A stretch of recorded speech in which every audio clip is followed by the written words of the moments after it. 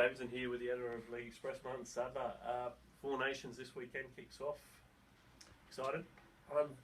Yes, I'm very excited.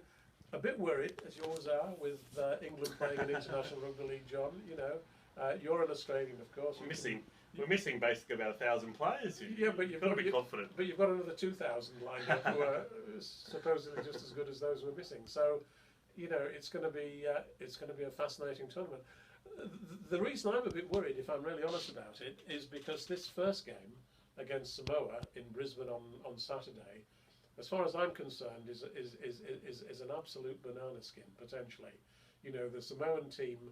We used to think of, you know, Samoa as being a team of probably part-time players, you know, half of whom might have been playing in, say, the Holden Cup or something, and the other half in the Queensland will be almost entirely NRL players, as well as Mozzie Masoe, of course, who's the only... Yeah, and they're missing a lot of key players like C.S. Oliola and Harrison Hanson as well. They are, but they're going to be a very strong side. They will be.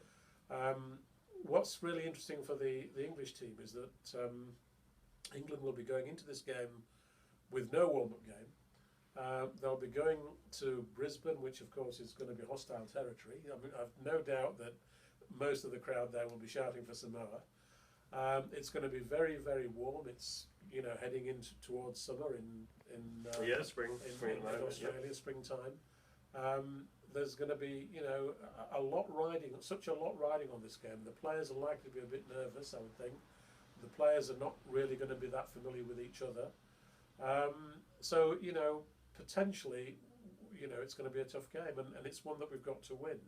And of course we can win and we should win. But a lot depends on our players having gone over there, recovered from jet lag, hopefully, which they will all have done by Saturday. And then Steve McNamara picking a team that can handle what I'm sure will be a very physical challenge. It will be. I think England have really got a great chance in this tournament. Obviously, you know, Australia are missing a number of players. You know, hopefully no more will go to Major League Baseball, the NBA, before the competition kicks off. But yeah, there's a lot of players in New Zealand who are also missing. Jared Warriga-Hargraves and Roger Tuivasa-Sheck.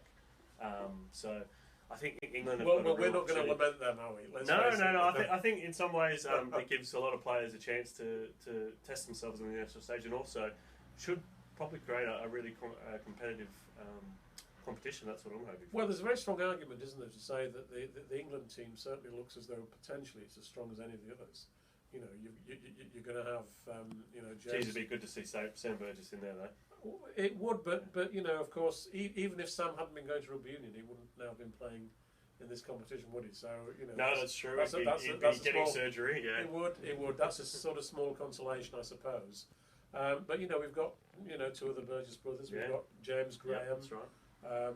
You know, we've got. I think we've got potentially the best backline we've had for quite a long time for England. You know, I think it's going to be really interesting to see who he picks. You know, in the three quarters. To be perfectly honest, for England, I mean, I would be, you know, tempted to go with Joe Burgess and Ryan Hall.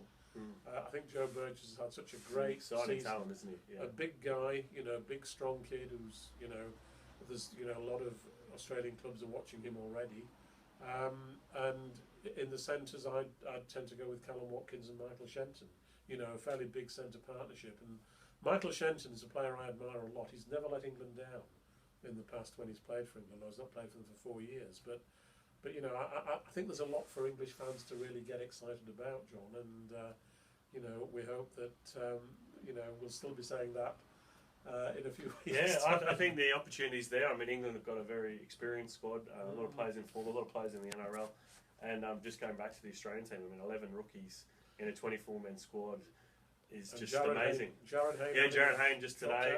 Yeah, I mean, Greg Eel, still got Greg Inglis at fullback, so that'll be all right. But on the wings and the centres, there's a lot of inexperience. I'll probably be going with Alex Johnson and Dylan Walker, who are both, you know, very young and will be keen to prove themselves. Though, yeah, and you know, the forward pack's missing basically the full forward back from the World Cup last year. So yeah. it will be interesting to see how this all comes together, and I think we're in for some really close games. I must say, John, having said that, I'd love you to give the Australians their team talk and tell them they've got no chance. No, I'm not saying they've got no chance.